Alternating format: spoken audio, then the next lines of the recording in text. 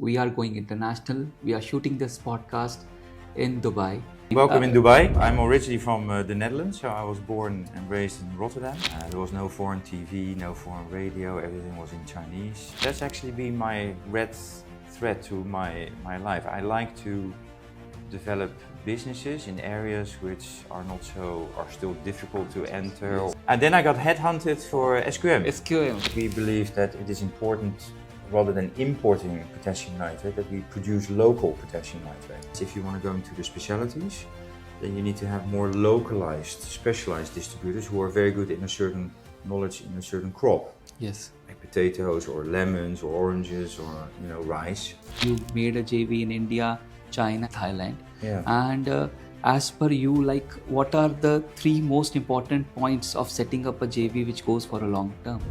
JVs, what we are discussing, I am the product of one of the JVs which he has initiated, and see how the destiny is. At that time he started Coromandel SQ, and then I joined it. I learned there, and now I'm sitting here and talking to him. Yeah. So thank you for initiating that. You're welcome. Coromandel SQ. We met Coromandel in, I think it was in 2007. We met with Ravi Chandran at the time and with Ravi Prasad. That's where I saw the difference between India and China. We usually believe that we decide, but it's not we decide. It's the growers who ultimately decide. So we made a take-or-pay deal with IFCO at the time. Okay. So I was very much involved there with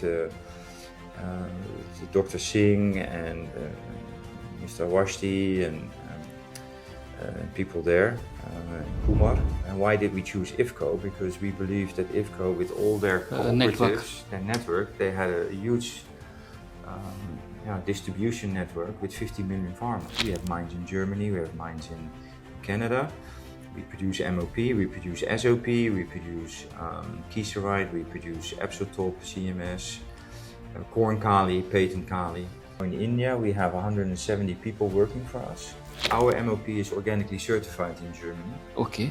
So it's an organically certified product, because the product in Germany which we mine is not, let's say, solution mining. It's really a mineral which we mine. And there's always this saying that we need to produce more fertilizer because people need more food. Okay, I have my own view on that. Chinese SOP, water-soluble SOP, disappearing from the market because of the CIQ. Of course, the price went up. Hike. One personal question, if you would like to share, you can share. I just learned, coming to your house, that you married a princess. How did that happen?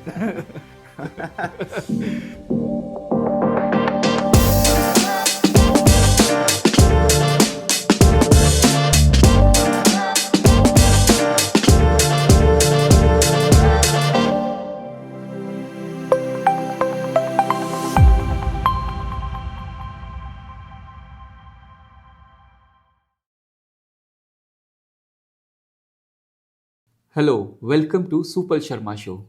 Today's podcast is a special podcast for two reasons. First, we are going international. We are shooting this podcast in Dubai.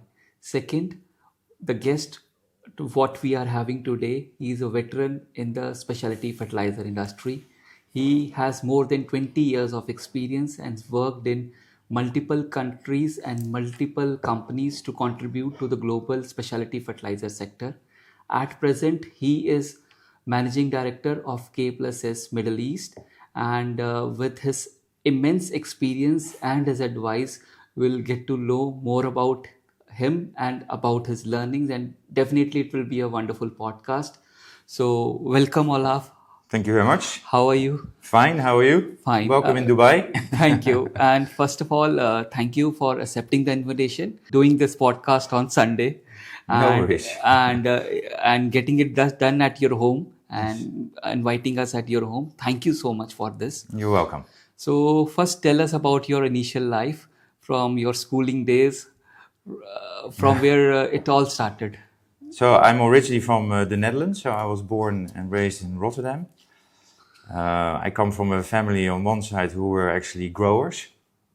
So my grandfather grew cauliflower, beans, salad. So I have a kind of agricultural background in that sense.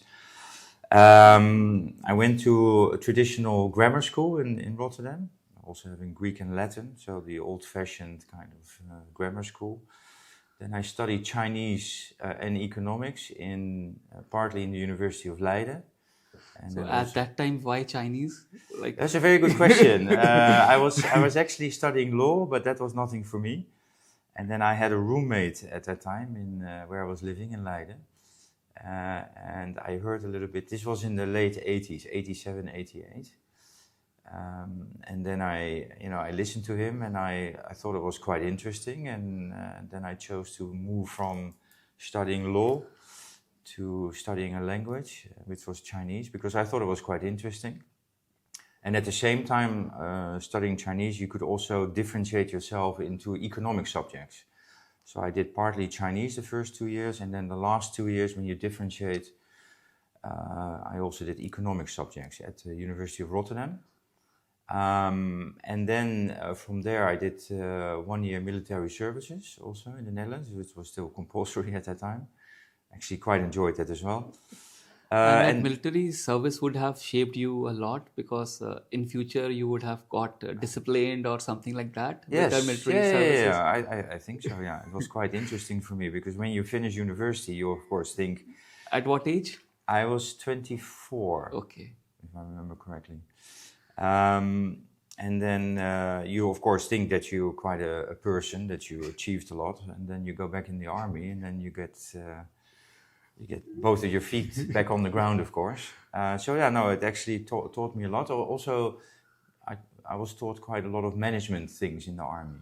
You know, how to deal with teams, how to fulfill tasks with a team. So that was quite useful. And then my first job started in '95. That was my first job was actually in China. Yes.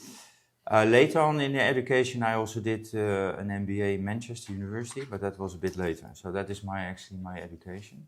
But my work really started as of '95, with my first job in China. Okay. So, You were talking about China and Yes. the footwear industry, the intermediate footwear industry. yeah, So that's at a long that- time ago. Yes. So at that time, this was your first job. Yes, So how was your experience of your first salary at that time, and what my did first you do? salary, Yeah. which was not that much, but How much can you share it on the camera? yeah, sure. I thought my first salary was around, if I remember correctly, around 3,000 guilders, which was around 1,500 euros, something like that. But you could get a room in which was above the office. So it, again, you know, the first job for me was you lack, of course, the experience as what an expat or should make. But it didn't really matter. Actually, for me, it was a lot of fun. Yes. It was also a lot of hardship because my first posting at that time was in Fuzhou. It was in the south of China, opposite Taiwan. Okay. So that was not a city where a lot of foreigners were living. So actually, I was living a lot with, of course, with local people there. I think there were 3 or 4 foreigners at that time. Okay. There was no foreign TV, no foreign radio. Everything was in Chinese. And plus, it was China. Yeah. So and China was still developing at that time. So also China itself went through a lot of changes. And my job basically for that company was to source factories in China to produce shoes, but also to source raw materials to make shoes, so eyelets, leather, and actually it was a kind of how would you say, a kind of business development kind of job. So most of the time I was traveling around in Fuzhou, looking for factories, and then we would place orders for. I don't know if you know the brands Bata shoes. Yeah, Bata shoes, we these know kind very of well. shoes. Yeah. It's a very famous company in India. Yeah. Now these shoes we were actually producing in China. I visited a lot of Nike factories and Adidas factories because China at the time was still very popular because it was low cost, of course. Okay.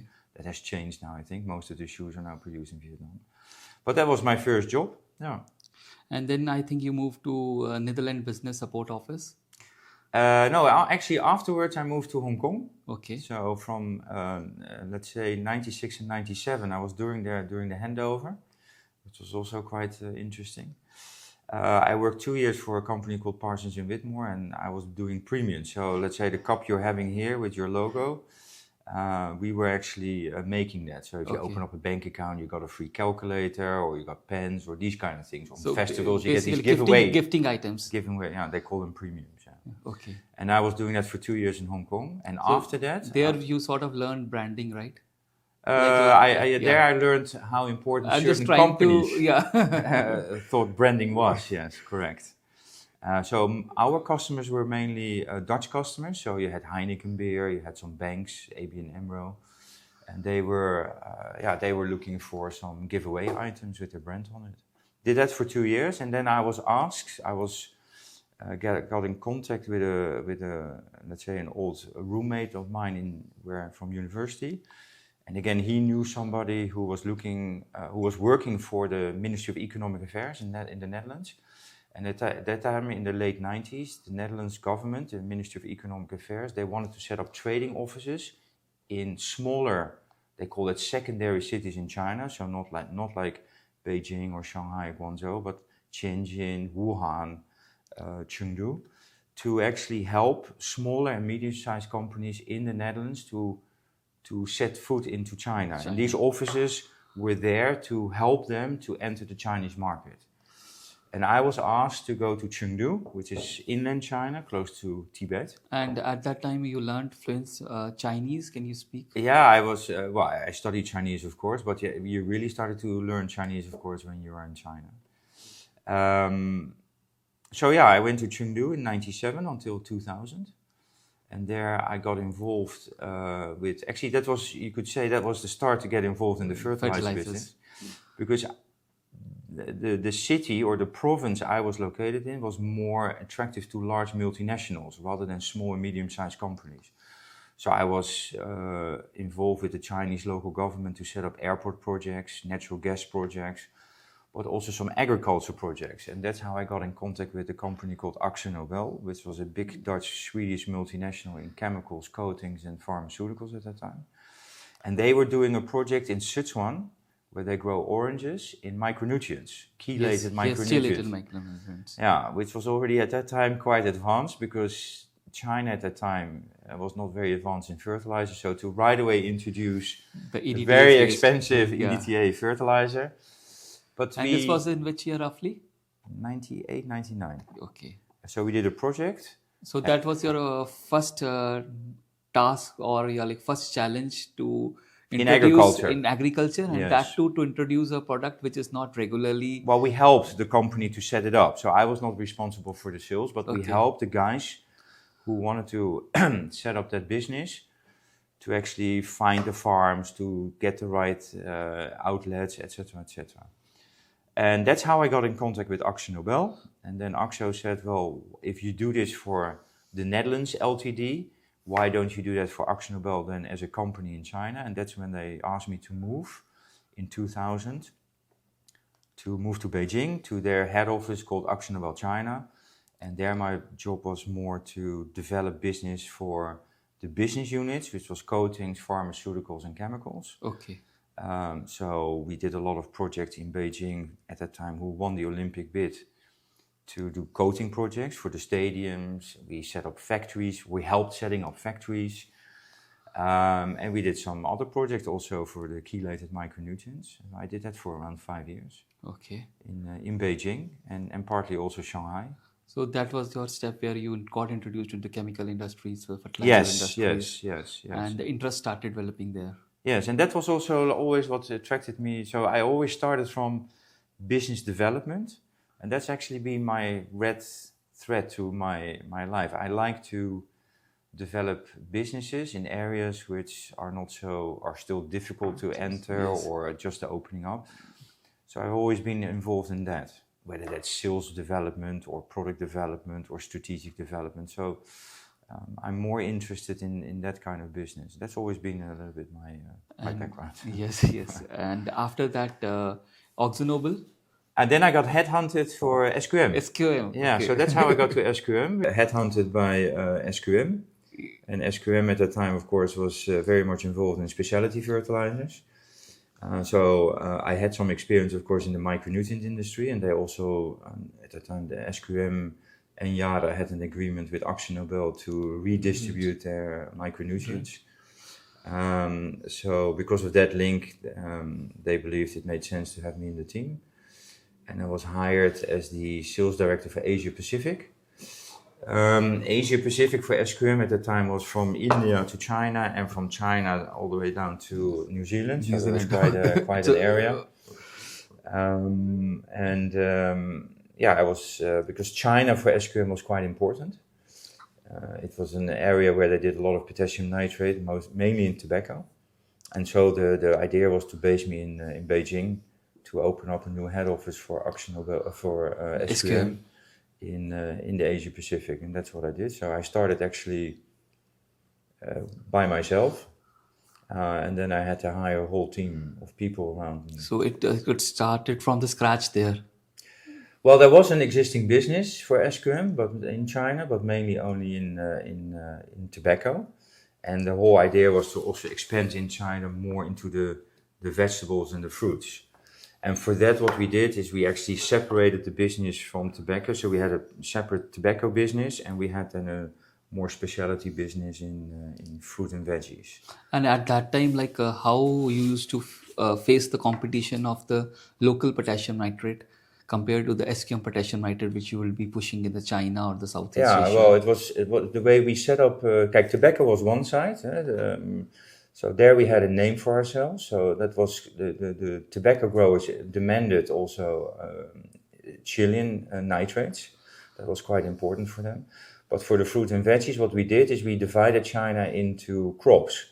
So we looked at crops because our main product was, of course, potassium nitrate. That's how we started as a specialty. And we said, look, which crops are using really potassium nitrate or who can benefit from potassium nitrate? And that was, for instance, potatoes. We had, for instance, citrus fruits, tomatoes, some greenhouse areas. And then we looked in which area is an important or a strong distributor. So rather than appointing one or two distributors for the whole of China, we actually developed regional distributors. Okay. I think in the end, when I left SQM, we had around 30 regional distributors. But they were very strong in that area, in that particular crop. So they had no desire to go from, let's say, Inner Mongolia all the way down to Yunnan. So they really wanted to focus there. And then from one crop, we realized they could also sell it into some other crops in that area. Yes. And that's how we actually started to expand. And what we did is we did a lot of trials. We showed them the benefits of potassium nitrate, and that we were not a company which was just trading potassium nitrate. With all due respect, a lot of Chinese companies produce, and they trade more potassium nitrate or products. But what we did is we not only produced, we also delivered it, but we had a whole agronomic scheme around it. So we actually added value for the farmers. And then what we did is we let the distributors then have these regional meetings and let them talk about the benefits to their colleagues. And then it was word by mouth. It was a good strategy. Yeah, it was a very good strategy, and that's how we actually started. And then every distributor used to be supported by the agronomist team? Yes. And the agronomist team, you would be the SQM one? Yes, we didn't have that much agronomists, so one agronomist had, let's say, 4 or 5 areas. Okay. And we really focused on certain crops, and then we showed the benefits, and then we let the farmers tell the other farmers what the benefits were. And that's how you build up a brand. And then when you see the benefits, then price doesn't become that important anymore. Yes. And that's when usually what I saw. It's a Chilean, it's a Chilean NOP coming, and it's a constant NOP, and you are there with the support team also. But what we also realized then, of course, is that we believe that it is important, rather than importing potassium nitrate, that we produce local potassium nitrate. Because SQM at the time had only a limited volume of potassium nitrate. China is a low-cost market or low-price market. You're not going to sell all your potassium nitrate into China. You want to sell it to the countries where you get the best returns. So the idea was behind it that, why don't we then set up a local production unit of potassium nitrate? And then the tobacco is still imported potassium nitrate. And the local market, let's say the potatoes and the fruits and veggies, that we supply from our joint venture, which we did in Migao. Okay. And so what was that joint venture? What was that joint venture? It was a 50-50% joint venture with Migao. Okay. In Chengdu. Migao in China, Chengdu. And at the same time, we also integrated that whole chain from potassium nitrate also to produce water-soluble NPKs. And I understand like Megao is very good producer of SOP, right? They also produce SOP. They produce water-soluble SOP. At that time, they did mainly Mannheim process SOP. I think when I was there, he had 5 factories of SOP. So he was already quite strong in tobacco and in the vegetable market. So together with Miguel, we also teamed up in the tobacco market, but also in the vegetable and the fruit market. He was focusing more on the SOP. We were focusing more on the nitrate and potassium and the water-soluble NPKs. So next to the KNO3 factory we built, we also set up a water-soluble NPK plant in Qingdao with Qingdao Star. That was SQM Star. Okay. So our KNO3 produced in China was also a raw material for NPK blends. Yes. And then it used to go in the SQM brand and Correct. Going ahead. Correct. And like SQM is always known, if you feel free to answer, SQM is always known for the Chilean NOP. Yeah. But in China, when you would be producing here locally, so how you used to get the benefit of the SQM brand? That was a very good question. That was also our main challenge because the Chinese farmer still, I think like a lot of other farmers, they still trust imported goods more than that happens in produced. India also. Yes, and that's a phase we had to go through. So we again, by showing that the quality we produced in China was similar as what we imported, then you gain the trust of the farmers, and they know, of course, there's a whole SQM team behind it. Yes, and that gained their trust. But yes, that was a challenge, and also with the water-soluble NPKs. I mean, therefore, as a company, we also developed 2 streams: an imported SQM brand and a locally produced joint venture brand. Okay, so you had 2 brands where one SQM, would be the imported would be the SQM brand, and then the JV would be the local one. Local one. So, and then you have 2 kinds of market. Yes. Like one who want a premium, Yes. they buys like SQM, Yeah. and ones which you want have a little lesser price, he buy local. So Volume versus value. the volume and the value increases. Correct. So it's a very good thing, and this is how you scaled it up. Yes, that's Very nice. how we try to scale it up. And of course, there's a lot of challenges. But it's a long-term vision you need to have. And how's been the how's China, the acceptability of the foreign goods, the imported goods with the Chinese farmer in general? Overall, it's very good because it's still, and that's because some importers, they cheat the farmers. Some farmers were exposed to fake products. I think it's the same in India and some other countries as well. So there is still this trust issue. Although I must say, my own experience in China, you have very good producers of very good quality products, whether it's NPKs or water solubles. So I would say nowadays that thing of fake product into China, or that you have malicious products coming in, I don't really think that's the case anymore. But at that time, that was still an issue. So overall, once you've built that brand, and Yara is also a very good example of that, and once you have a very good and well-known brand, then you have a good advantage. Farmers trust you. Yes. It's all about trust. And how's the land size in China? It's average is 1 mu. It's about I think a mu is, if I remember correctly, is 0.14 hectare, something like that. So very small. It's a very small. Same so you really need a big distributors and distribution channel to go ahead with the producers. You need a specialized distribution channel. Yes. So we used to do a lot of business with Sinochem. But Sinochem was a big importer, and they of course had their channels. But we realized if you want to go into the specialties, then you need to have more localized, specialized distributors who are very good in a certain knowledge in a certain crop. Yes, like potatoes or lemons or oranges or rice. And that's also how we, for instance, introduced foliar products into China, where we had some distributors in rice-producing areas, either north or in south, who were very good in not only in the pesticides and herbicides, but also in some specialty fertilizers. And foliar go very nicely together with herbicides and pesticides. Yes. Now, and then if you then develop a water-soluble product to it, like KNO3 plus some zinc and boron, again, a very expensive product, but once you show the benefits, then it goes.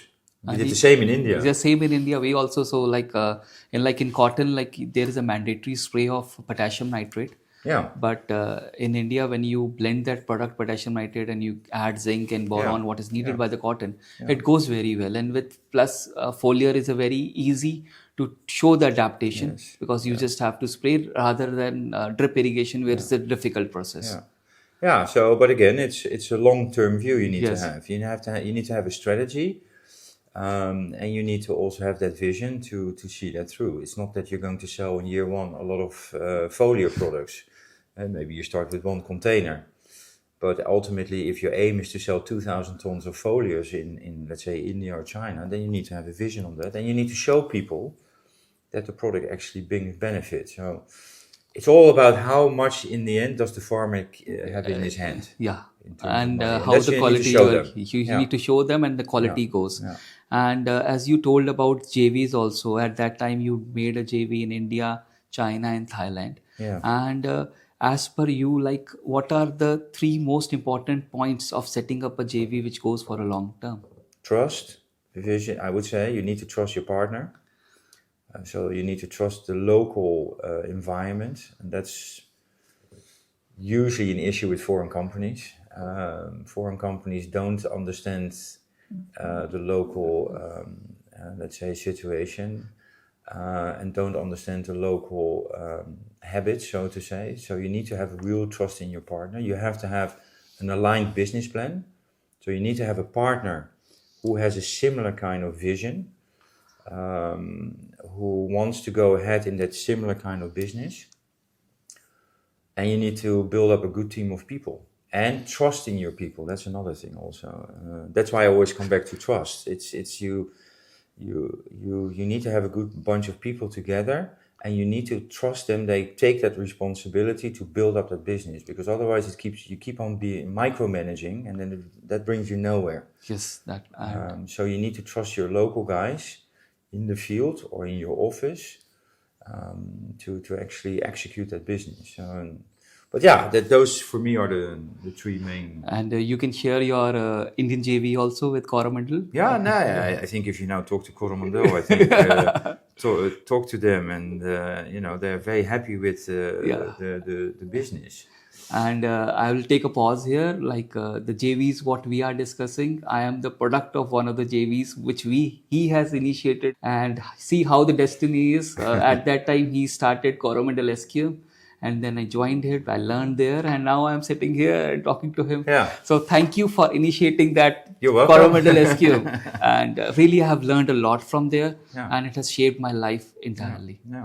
So that was a very interesting journey. I mean, we met Coromandel in, I think it was in 2007. We met with Ravi Chandran at the time, and with Ravi Prasad. We had a similar view, especially Prasad, Dr. Prasad. We were very much aligned. And then we both came to the conclusion that it was best for India and for both companies that we said, look, we believe in this market. That's also important. You have to believe in the market.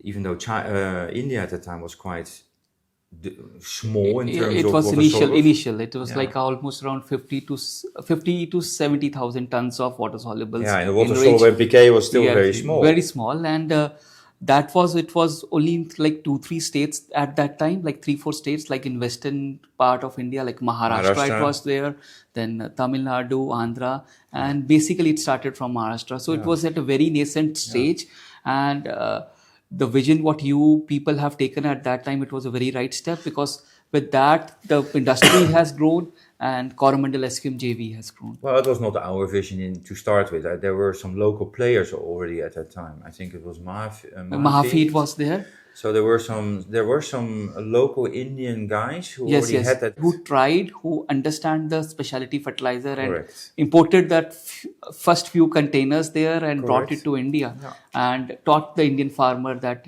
water solubles are better for grapes, pomegranate, and how the market grows. Correct. So we had that vision with Coromandel. We felt very comfortable with them. We had long negotiations. I can also tell you the differences between, let's say, how. So what happens if you can share, like in general, like when you are discussing with the JV partners, like China goes very quick. So you negotiate. Like China is like whether we'll do it or we'll not do it. It's very quick, like this. No, the negotiation to actually get things on paper goes fairly quick. Okay. The building of the joint venture also goes quick. So the same, because it was a replica, what we did in China, the same as what we had in Thailand and in India. With the Chinese, I think all in all, it took us a year. So negotiation was about, maybe 2 months, 3 months up and down. And then the whole construction was about 9 to 10 months. Investment was the same, money-wise. And while in India, it took us nearly 1.5 to 2 years. So there, it was the whole the negotiation was longer. It was more on the details. But the difference was that when the joint venture started to operate, and I'm not saying it's good or bad. These are just differences in how different countries do things. Once the joint venture in China set up, then the real negotiation started. So then you really start, then the owner or your partner wants to change certain things in the contract or in the setup. And that usually you solve via, dinners and lunches and, meetings. While in India, the whole process to get to your contract is long, very detailed. But once it stands on paper, it's done. Then it's done. Yes. So that's where I saw the difference between India and China. So to be very frank, and not to be disrespectful to my Chinese colleagues, but the JV in India, once it started, ran actually better than management-wise and strategically wise. It ran better than the one in China. In China, we were constantly still negotiating on certain parts while the joint venture was already up and running, and then things changed.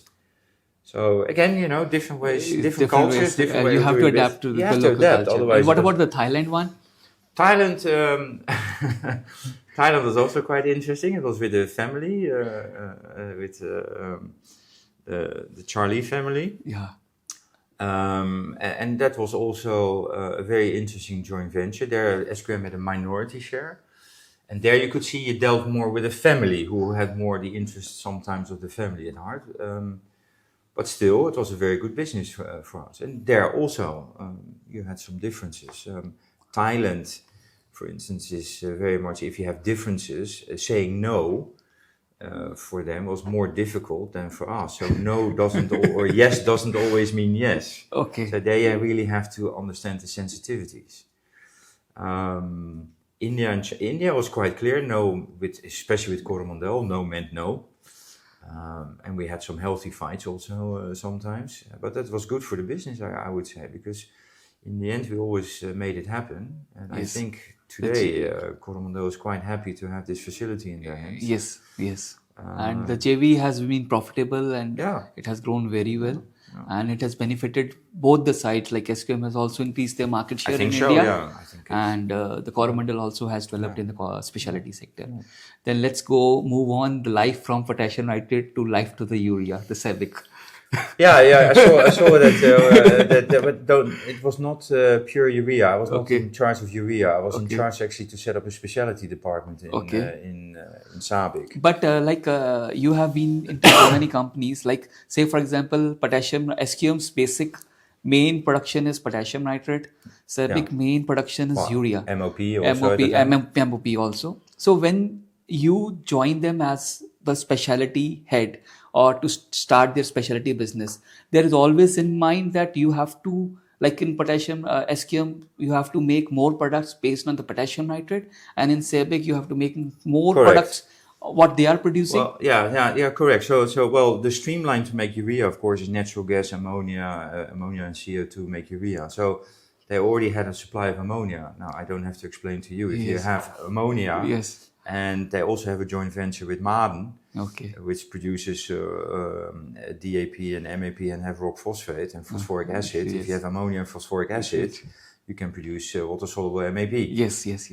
Just to say it very black and white. Of course, it's much more complex than that, but at least two raw materials were already there. So yes, I agree. There was you look at the raw materials, But at that time, SABIC used the ammonia mainly to produce urea. So, but what we looked at was use your raw materials and your joint venture connections to actually start producing MAP, for instance, or UP, urea phosphate.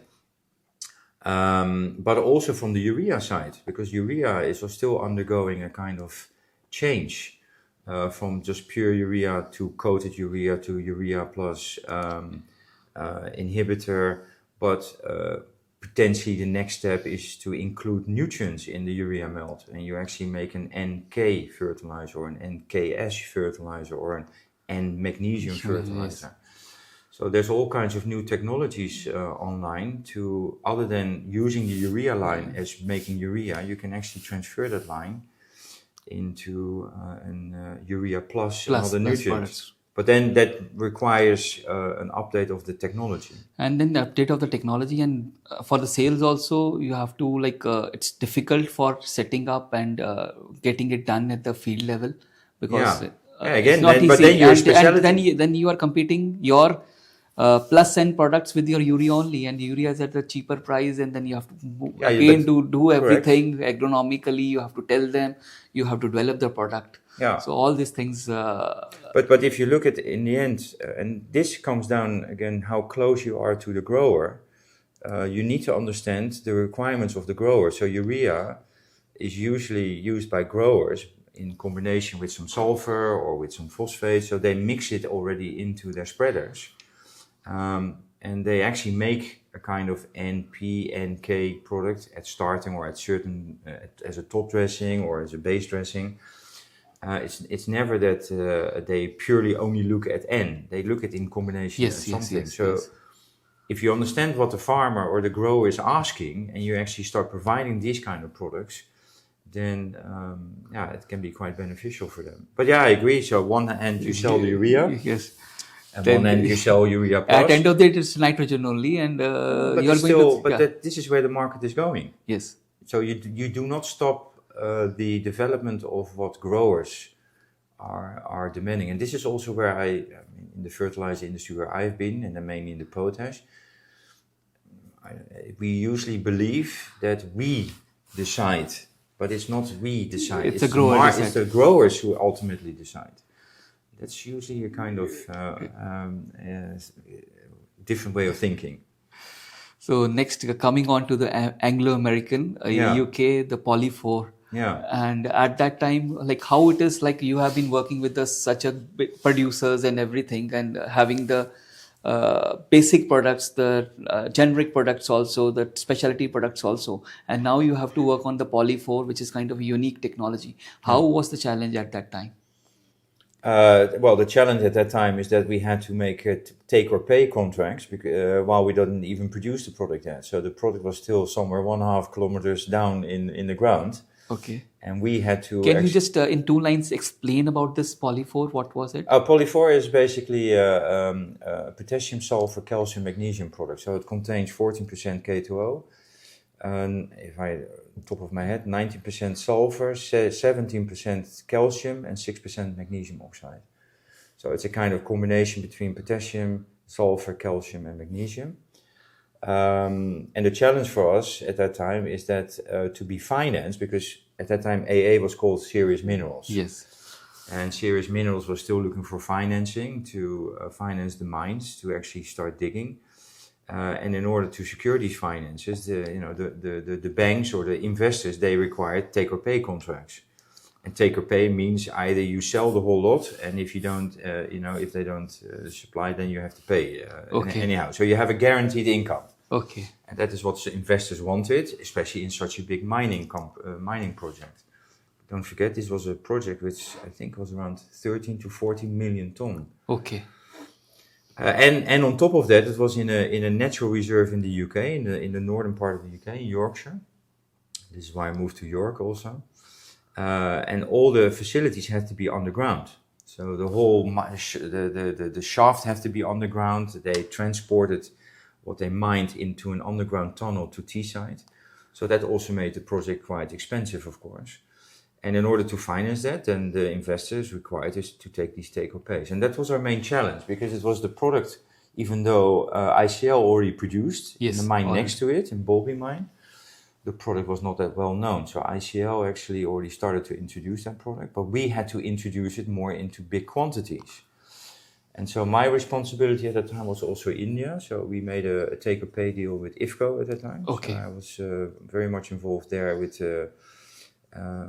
Dr. Singh and Mr. Washti and people there in Kumar, Yes. the head of marketing at that time.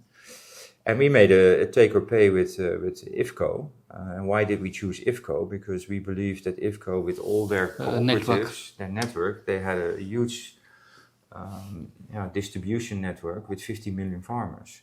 And they were also looking more for a multi-nutrient kind of product. So this was for us the main challenge. Not so much to explain how the product worked, because I think everybody in the fertilizer industry understood what it was. Everybody saw it. You could use it as a straight. You could actually mix it in an NPK. You can actually do stuff with it. I also worked, as I said with you before, with a urea technology provider, because that's what I started at that time in SABIC, to enter these nutrients into urea. We did some trials with that. So then you start to produce, let's say, a 3205 with calcium, magnesium, and sulfur. We did some samples in the US, and a lot of corn farmers, they liked that product. It was high in N, and it had already It's a similar kind of a product like what ICL is doing now, the polysulfate in India? It's the same. It's the same mine. It's the same mine. The same seam. Okay. So the product is not different. Yes. So it's the same product. Now this product is picking up very well in India. Yeah, through IPL. Yeah, IPL and ICL both. Yeah. But ICL is selling it, I think, mainly through IPL. They are giving it to IPL also, and they have their own distribution channel here, so it's going well now. Yeah. And after this, then you had the organic. Yeah, I went through the whole cycle. Yes. So I then joined Doctor. They asked me to join them, and that was a small Finnish startup in organics. So that process was you collect organic waste, which was in the form of either chicken manure or slaughterhouse waste, and the whole process was collected, get some ammonia out of it, produce liquid ammonia, and then the rest you put in a biogas installation. Yes. Produce methane or biogas. And then what is left, that's the digestate, and that you can then dry and you can pelletize, and it becomes a kind of organic NPK. Yes. So that was the project, and we were basically in charge to find investors and start up pilot projects to show that this concept worked. Because the problem with manure, of course, is that you can throw it on the land, but there's a lot of evaporation of ammonia. I think in the Netherlands it's quite clear manure is a big problem at the moment. Yes, and it's very difficult to sell also. Yes. It's very difficult. But it's very valuable if you understand what you have to do with it. So, but you can't put manure right away in a biogas installation because there's too much nitrogen or ammonia into it, which inhibits the biogas. So what you first need to do, the first step is to take the ammonia out via certain bacteria. And then you basically then, via an air stripper or a steam stripper, you make liquid ammonium sulfate. And then once you reduce that with 50% ammonia, you can move it in that manure then into a biogas. And then you get the right ratio to produce gas. Yes. So to say. And then once that is done, then everything becomes a digestate, and then you can further upgrade that to an organic NPK. And that you used to export also, or used to sell locally? We first did some pilot projects, one in Germany. We first started with the liquid ammonium sulfate. So our main task was to actually promote the company with some distributors, again, get the money in from investors, and set up pilot projects. Okay. That was and the first you start. know Reliance Industries Limited in India? Yes. It's a big conglomerate. They are also now entering into this. They have already entered into this. Yeah. And they are setting up plants in India. Yeah. And whatever Reliance do, they do it in a big way. Yeah. So they are also working in it. So the market will grow in India. Yeah, organic is, or let's say, because organic is usually quite a big word. Let's say more sustainable fertilizers, recycled fertilizers. Yeah, that will be a big thing, I think. I think you will see a big offtake in these products together with some mineral fertilizer. That's probably the future. That's how I And see when it. you have to sell organic, earlier you used to sell so much tonnage. Now the volume decreases slowly. Yeah, So, it's so different. being a sales guy, like it affected you? No, it's actually quite a challenge because first of all, there's a misconception about organic fertilizers that certain growers don't trust in it. So you first again have to show them the benefits. So yeah, you go back to how you started with your water solubles. It's the same process to Yes. actually show the benefits, but this time the benefits of organic fertilizers takes longer. It's not like you see immediate effect. If you add water soluble NPK via drip irrigation into your system, you see immediate effect. Yes. If you use upgraded chicken manure, so to say, it takes some time before you see the benefits, because other than just giving nutrients, it also has certain organic matter and improves the soil. So yeah, that is a big difference. time. Like that, it takes time. Like Yeah. when I heard, like when urea was developing in India, like many growers restricted urea. So what the sales guy did in the night, they sprayed in the evening, they sprayed the urea in their farm, and when the grower came next day, it had an immediate effect. You Yes. could see the yield. Yes. So it was easy to scale and scale up. Yeah. But looking into this organic, it takes time, it takes patience. Yes. Yeah, because it works on both ways, nutrient-wise, but also soil-wise, Soil-wise, health-wise. So you need to educate them and do. And now coming on to the managing director of K+S Middle East, how is that? Yeah, also challenging. I mean, First, what about managing director? yeah, I'm not a person who is very much onto titles, so give it any name you want to. I mean, in the end, you manage a team of people with the same view, because that's, I think, very important. You need to align the views in your team, that everybody in the team, from order management to finance to sales, that we have the same vision and strategy, and this is what we believe is the right thing to do. So that is actually the main task, and I think we succeeded in that. As a company here, we do around, last year we did around 630,000 metric ton in the region. Very nice. With around $250 million revenue we did. That is actually was the main challenge. And K+S, I mean, people in the industry know K+S as a potash producer and a magnesium sulfate producer. We have mines in Germany, we have mines in Canada. We produce MOP, we produce SOP, we produce Kieserite, we produce Epsotop, CMS, corn kali, patent kali. So I think these products are quite well known, also in India. Yes. But next to it, what makes this office a bit different than other offices maybe of K+S is that we also do specialty products, and specialty being water solubles, and since last year also organic fertilizers. Oh, so you have entered into organic also? Yes, and what makes it then even more special is that in certain countries, like in India, in Kenya and Uganda, we go downstream. So in India, we have 170 people working for us, 65 directly for K+S and the rest via contracted contractors. So to say, we sell directly to the retail.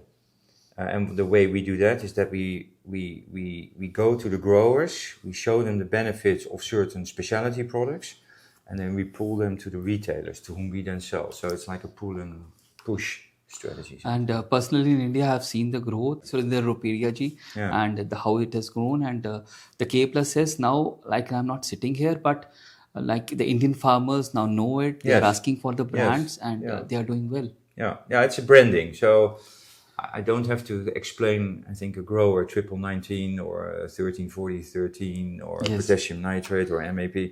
I think that's not what makes it special. Again, it's about branding, but also the services we give to them. It's not that we just sell and leave. We sell and we actually also advise growers. We are there, we do trials with them. We also introduce new kinds of products. In the end, we try to increase their yields and their income. And that's, I think, the trick in what we see in India, where we have a nice growth. And SOP, where all you are producing? Standard SOP and granular SOP, water soluble SOP. We have OEM with certain producers in other areas.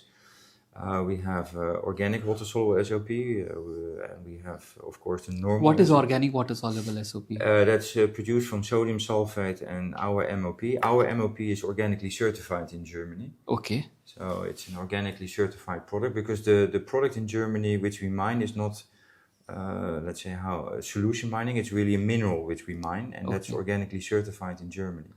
So the input plus then the sodium sulfate, which is naturally mined in that area in Turkey. These two together, you can then produce a high K2O content organically certified water-soluble SOP. Okay, so this is how the organic certified. And does it, how it is different in the field on the trials? The organic certified.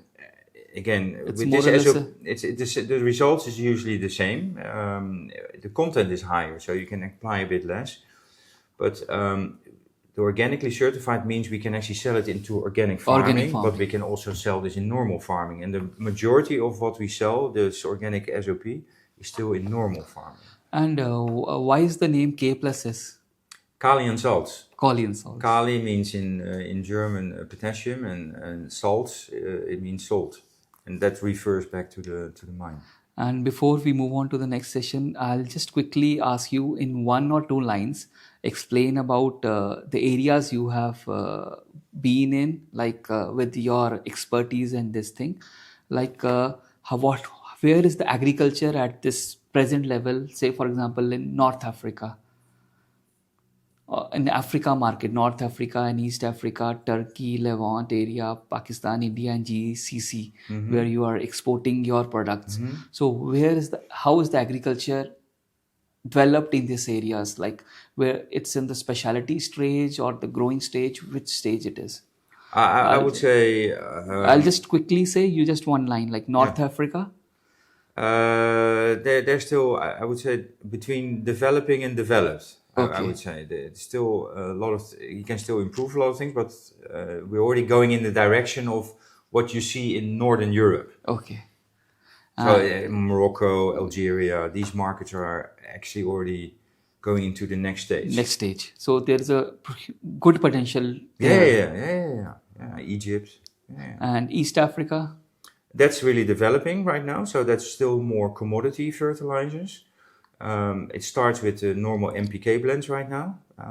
The focus on potash. I think everybody is underestimating the value and the need of potash in East Africa. But that's certainly in speciality still developing. Okay. And GCC area? Same as North Africa, I would say. It's going in the direction that technologies are getting more advanced. But also there, it's similar, like I would say Morocco, Algeria. Okay. Thank you. And now we'll go on to the next session, where we'll talk about, in general, the specialty fertilizer and organic fertilizer across the globe. Like in 2 sentences, can you differentiate how's the selling of or developing business of specialties versus organic is different? Not that much, actually. I would say you still need the same tactics. You need to show the benefits. As I said, the products, of course, are completely different. Each have their own specifics, whether you focus on nutrients or you focus on soil enhancement. But you need to actually show the grower the benefits, short term or long term. Okay. So I don't really, the strategy we're using for organics are not that different than what we use for water solubles. So it's almost the same ball game. What even you can say? What is different, of course, is the knowledge of the product. So you need to understand how chicken manure-based products work, and what are the deficiencies of certain products, how the nitrogen works in chicken manure versus, let's say, a water-soluble NPK. But in essence, the way you set it up is for me about the same, I would say. Okay. And by 2050, the world population is estimated around 9.8 billion. Yeah. So how specialty fertilizer and organic fertilizer would play their role in the fertilizer chain? Very important, I would say. There's always this saying that we need to produce more fertilizer because people need more food.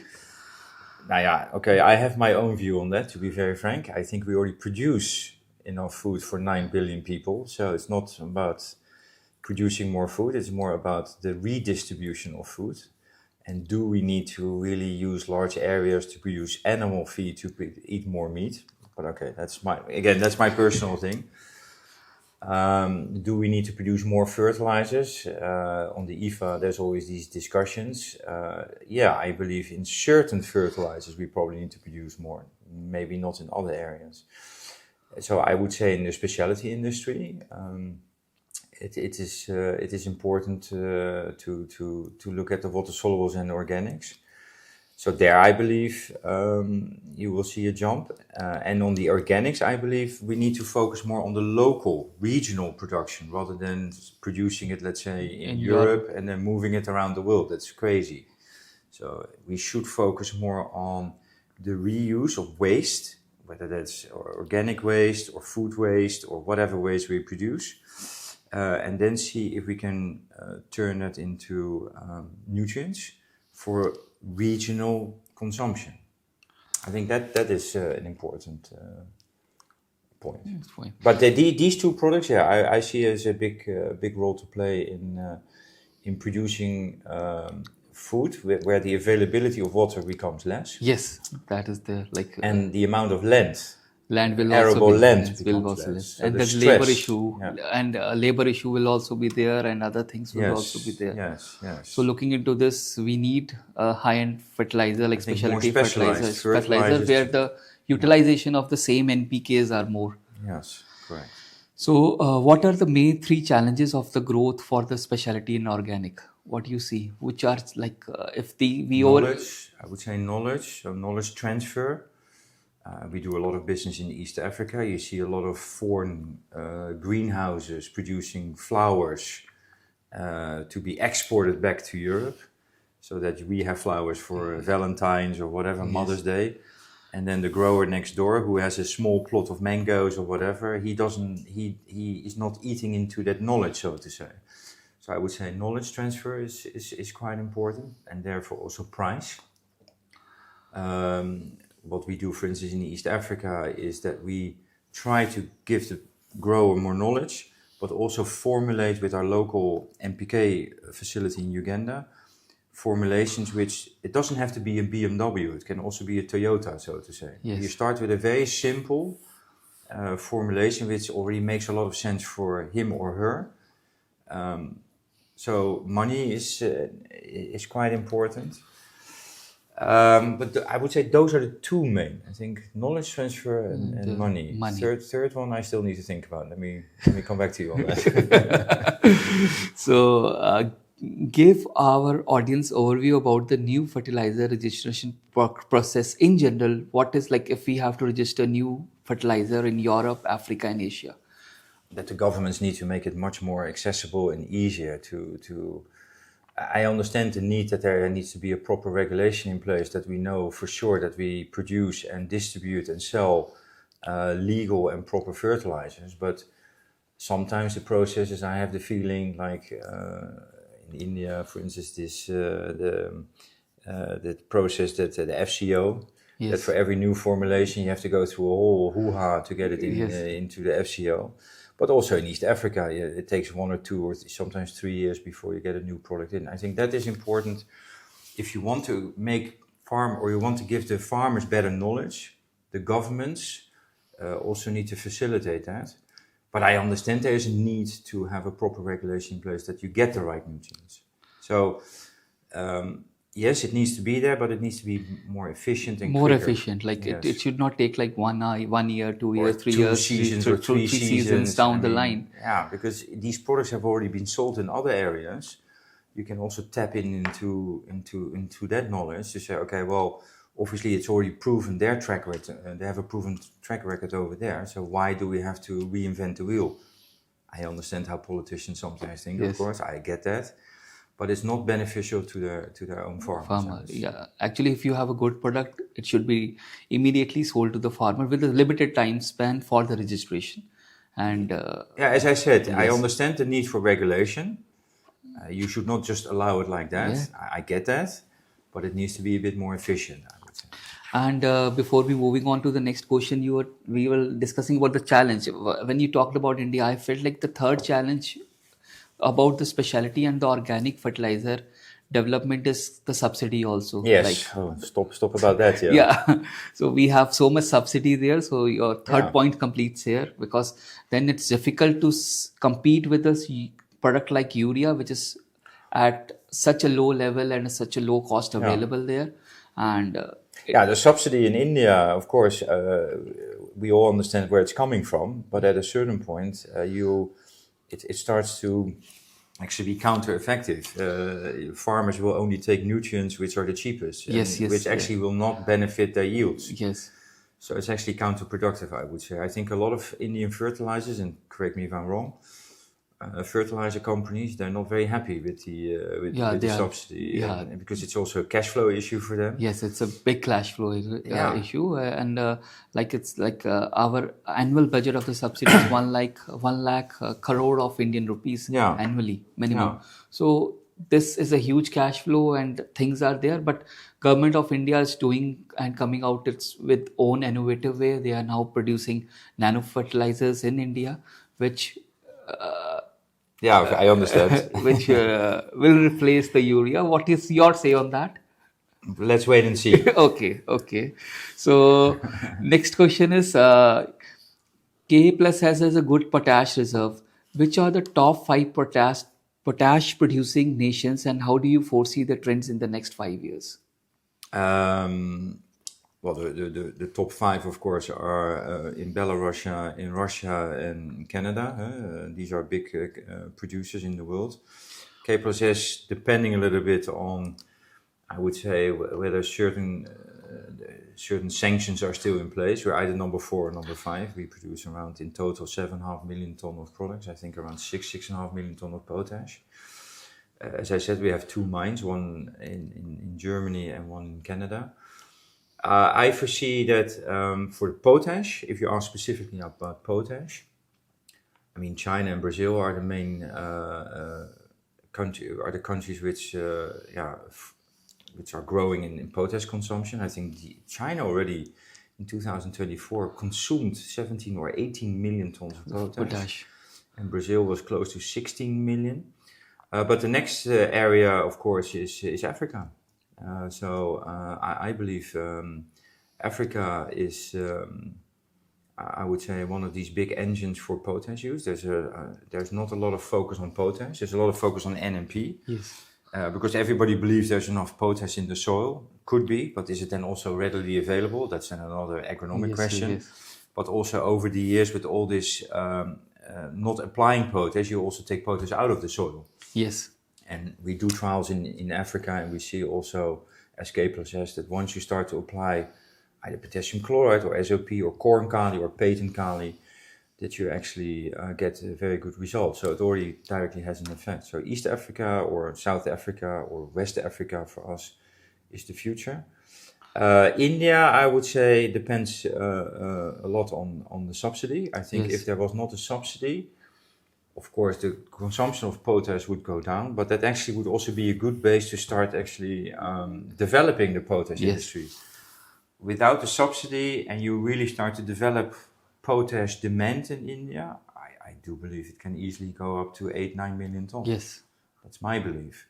But because of a subsidy, which then usually is around 4 to 5 million tons, if the price is okay, the subsidy is affordable for the farmer, then okay, it goes up to 4 million ton, then it goes down to 2 million tons. Yes. So, yeah. And we don't have a potash reserve here in India, so everything is imported. This is what I never understood. Why an Indian big multinational would not, fertilizer multinational would not team up with a potash producer. So you can give a message through our podcast to this big multinational. Maybe the government needs to think like the Chinese, what they're doing in Laos, where they invest in mines. I think for the Indian government it would make a lot of sense actually to align themselves with a potash producer, take a share in a mine, for instance. Yes. If that is the case, or if that's feasible, or actually look in other parts of the world, like the Chinese are doing, to secure their input of potash. And one more thing, like now with the CIQ coming up in China, like for the past 2 years, the potash SOP, if you talk about the water soluble, is not coming from the China. So did you get an advantage for your sales? Yeah, in the end, that you see because of the SOP, the Chinese SOP, water soluble SOP, disappearing from the market because of the CIQ. Of course, the price went Price up. hike. So it's just a typical supply and demand. It's not that all of a sudden there's a huge shortage in India because the other producers. There's a lot of projects coming up, of course. I just came back also from Pakistan. There's a lot of Pakistani producers now going into SOP, water soluble SOP. So there's still ample availability of water soluble SOP. But yeah, the problem, of course, with water soluble SOP, if you go in Mannheim, is the hydrochloric acid. Yes. So that's a bit of a downside. Yeah, we could get a higher price for our water soluble SOP everywhere, not only in India, but that settles right now again. So there we see that basically things stabilize. And one more thing, what is your opinion about the CIQ, which is there in the China for the past almost like 3 years now, and which has been like fluctuating the market like anything, the international market. Like we and you are sitting here, suddenly we'll get a message that MAP is now under CIQ. And who blames them, right? Because if you understand a little bit of where the Chinese are coming from, don't forget the Chinese Communist Party found their roots in farming. Yes. Their background is from the farmers. So what they don't want is to import inflation into their country. Which inflation would mean that food prices in China go up, and that's what they don't want. So rather than exporting MAP and then exposing that to an international market where prices are on the up, rather than close off the market or making it more difficult, but keep food prices, the ultimate food prices, at least that's what I believe, keep that under control. So yeah, you can't blame them. You can't blame them. You can't understand. And that also underlines that maybe we have not been so clever. Over the last 20 years, that we allowed ourselves to be more dependent on the Chinese for certain products like MAP, calcium nitrate. Yes. So yeah, who's the clever guy in this game? There's the Chinese. Yeah. So they can increase the price, they can decrease the price, everything. Well, they dictate the flow. Yes, they dictate the flow. Obviously, like products. MAP in India has gone from like 700 levels to the 1600, 1700 level. People have still bought it, and people have bought it from the Chinese. So the things are there. So the dependency is there, and. One more is that, like, as you have worked in China, we are curious to know about the below. Just in brief, how is the Chinese fertilizer market locally in China? It specializes more, so we see more and more specialization in nitrogen, so nitrogen plus something. We see more into the water solubles, at least that's what I've seen. There's a huge offtake in organic products. Call it sustainable products, don't call it organic then, call it sustainably, locally recycled products. I think the Chinese understand the balance of nutrients and healthy soils. So that is something we see is coming up. So they're becoming more specialized. And how China has become a big fertilizer and export hub. Locally, like you have been there, like how they are doing, like when we are sitting here in Dubai, we can see how a desert has been converted into a big city where everybody from the world are coming in and settling down.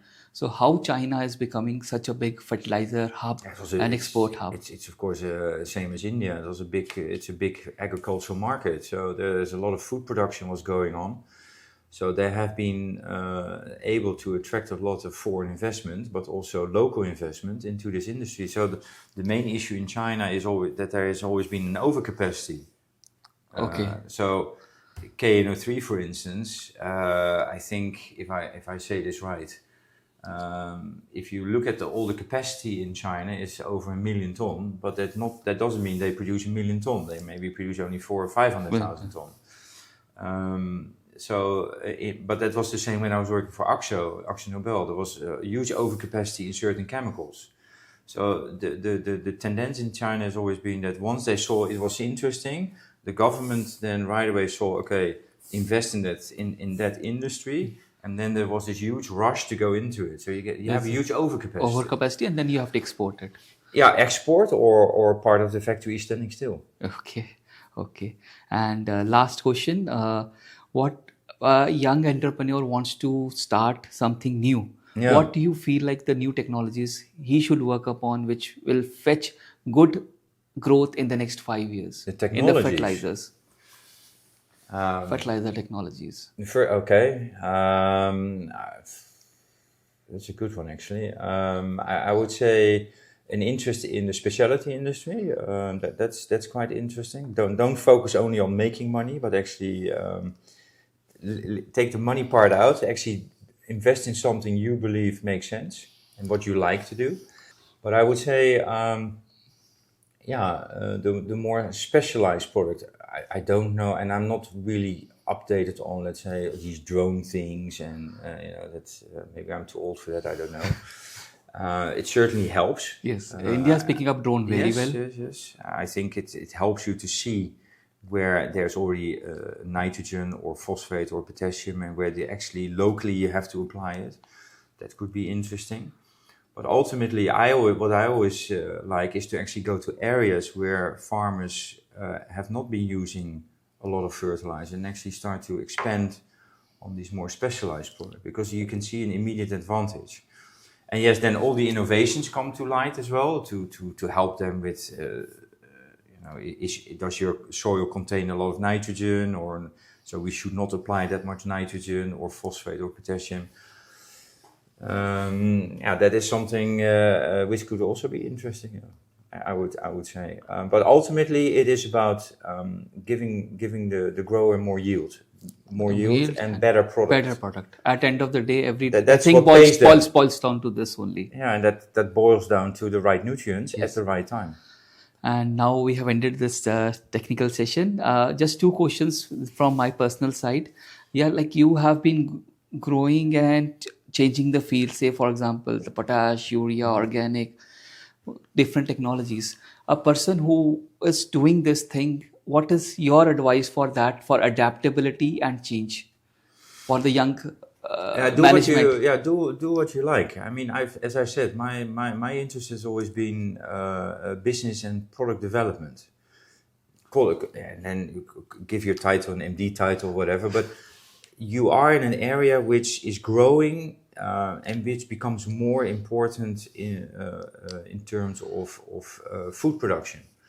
You see, I go a lot to the field. You see the deficiencies in the field, and it's easy to actually expand on that, and it's easy to transfer that, and then you know what you need to do. But then, how do you need to do that? How do you bring that knowledge to the grower?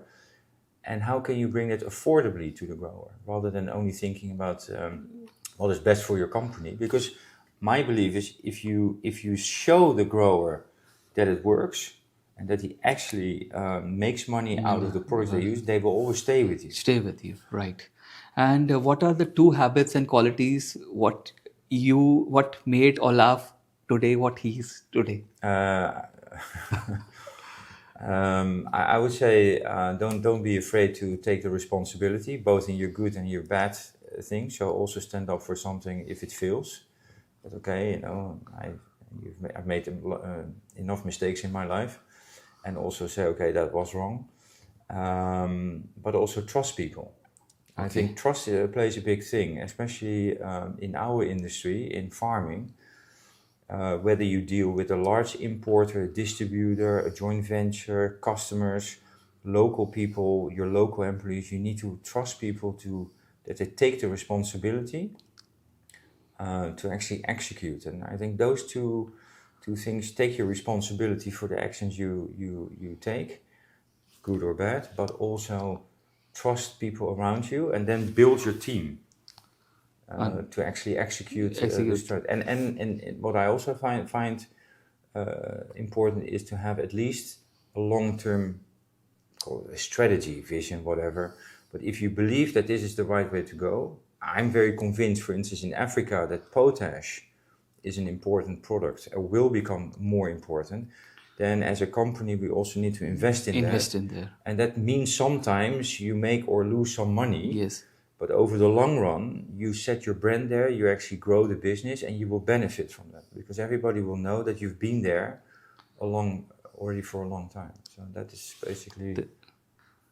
what That's I would very say. nice. Yes, thank you. And one personal question, if you would like to share, you can share. I just learned coming to your house that you married a princess. How did Yes. that happen? I met her when I was moving to Beijing. Okay, That was in 2000, and she was working then in Beijing. Her father was the second ambassador in Beijing on the Ugandan embassy, and she was working in Beijing at that time for a real estate company.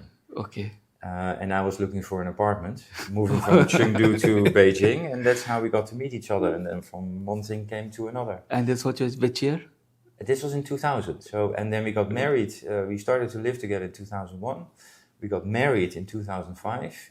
We got married in the Netherlands by law. Then we got married in church in Shanghai for the church. And then we also had our African wedding, the Conjula in Uganda. This is the introduction period. And how was that wedding? Like, Very African, very interesting. So it's more like an introduction. So it's not so the two families. and especially when you were coming for the king's lineage. Yeah. So it's like the two families sit opposite each other. So first of all, you need to be accepted to enter the house as a foreign family, so to say, or as a non-part of their family. So you sit on one side, and then on the other side sits their family, and then there's a kind of negotiation going on. So they first need to identify why I am here, and then what you need, and then you need to actually start giving some gifts, because in the end they will allow you to take one of their daughters into your family. And for that, you need to exchange Gifts. gifts. So we get cows and goats and chicken, Dutch cheese, milk, salt, beer, these kind of things. And then in the end, the father agrees that there's in this exchange, and then according to their tradition, then you're married. But you could see it as an introduction ceremony. It's So basically more introductions, traditional ceremony. Yes. And what happened in Shanghai and Netherlands? That was a normal church marriage. Yeah, so because I'm Dutch, so we got married by law. So in the Netherlands, marrying in the church doesn't mean a lot. It's legal when you do it by law. Okay. So we did it legally by law because we wanted to do that in Holland for my family.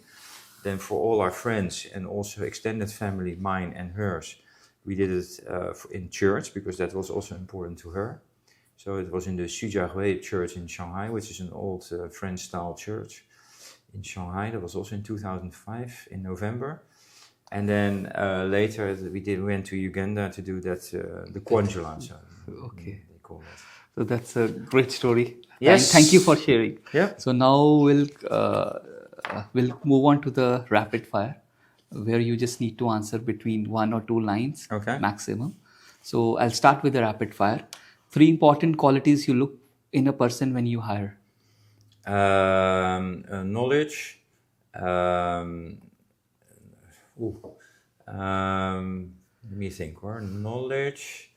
I would say also be able to take track record, of course, and a willingness to take responsibility.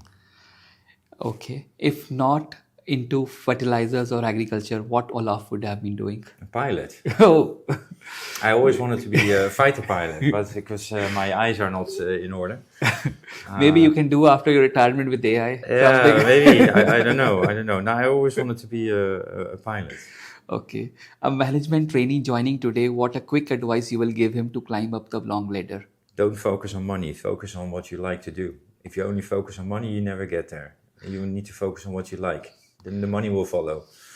What is the one new thing you are looking forward to learn? Come again? What is the one new thing you are looking forward to learn? More in technology, I would say. I mean, I'm still probably from the old generation, so more into this AI stuff, more in the technology-wise, because I believe even though I'm not very keen on it, it still will play a very important role in our lives. Biggest challenge you have ever faced in your career? Biggest challenge we've ever faced in our career was some joint ventures, the management of some joint ventures. Any decision which you want to go back and change? Not really. Not really. No. No. No. No. A moment in your life when you realize that you are born to do what you're doing now. The moment you go into the field and actually you see that you bring a grower from point A to point B, and they actually start to thank you. So in Africa, for instance, we have guys who grow coffee who didn't use fertilizers, and they had to make decisions between buying a bag of fertilizer and sending their kids to school. And because of some of the fertilizers we introduced, they actually can send their kids to school and also make more money. And so they can actually send their kids also abroad. Nice. Take us through your daily routine quickly. Waking up at 5:30 because my kids go to school at 6:20. Then usually leave here at 7:15. Go through all my emails. Arriving in the office at 7. If I'm in Dubai, let me put it that way. Yeah. Then in the office around 7:45. Go through my emails, and then usually days full of meetings, either with the office or with customers. And other than that, my second life is on the airport. Okay, yeah. So being in the lounge, waiting for my plane to go wherever it needs to take me. Your advice to handle stress and anxiety? Usually things will be okay, don't worry. Even though you have outstanding debt or whatever, or money not coming in from customers, or things don't go the way, everything in the end will always be okay. Who is your professional role model? My professional role model? I don't have one, to be very frank. No, I don't have one. I don't have really a role model. Role model. You are just living up your life. Yes, yeah. I mean, I don't think I have somebody. I respected a lot my boss in Action Nobel. He taught me. His name? Jim Enters. Okay. He taught me a lot about proper management. So in that sense, he could be a role model for me. And what's your favorite productivity hack? My what? Favorite productivity hack, like how you feel be productive for. How am I the most productive? Yes. You say? Yeah, by being in the field, I would say, being with customers. I don't like to sit in an office and then have to go through all your stuff. It's more the interaction with customers to understand. Like last time I went to Pakistan 2 weeks ago. And, there's been a lot of talk about that country as well. I think it goes in a very good direction there as well. But actually go there and sit with growers, and then you start to understand, you become more productive. And what's your most exciting project you have ever worked on? Most exciting project I ever worked on, there's a couple. That's Dutch airport in Chengdu, which we actually were able to get and to build that airport. Also the potassium nitrate factory in Chengdu, that was also quite a project. And of course the 2 water-soluble NPK plants, one in China and one in India, I would say. Are you a goal-oriented person or a process-oriented? Well, a little bit of both, I would Both. say. Yeah, I would like to have a goal, because otherwise it's difficult to work to something. But to get to a goal, you also need certain processes. Otherwise, it becomes a bit of a mayhem sometimes. Your advice for time management? Time management means also that you need to trust and be able to delegate, so that other people can actually do their job, and that you actually get projects done in time. If you go micromanagement, then forget it. So time management depends really on how you set up your team and how you delegate in your team and trust the people to take the responsibility. 3 books you want to recommend to our viewers? Recently I read Sapiens from Harari, this Israeli writer, which is quite interesting. I read, of course, a lot of books about Chinese history, so Wild Swans is a kind of interesting one. And of course there's a Dutch book, in English is translated Dark Room of Damocles, which is also a very good book. But that's a Dutch book, so I'm not sure if you guys are able to read that. But anyway, the people watching in the Dutch will do that. Yeah. So that I think is a very interesting book. But there's many interesting books, to say. But these just spring out. And now we are ending this podcast. If a young agri graduate is there in any part of the world, what message you would like to give him based on your experience. You can watch on the camera and give it. Okay, I would really advise, follow your heart. If you really believe in what you do, and you really believe that this is the path you want to choose, then follow that. I think that is the most important thing, because ultimately, if you do what you like, fortune usually will come. Thank you, Olaf, for this wonderful podcast. Hope it has been a good experience. Yes, thank you. Thank you. And thank you for having us here. And thank you once again. Okay, you're welcome. Thank you.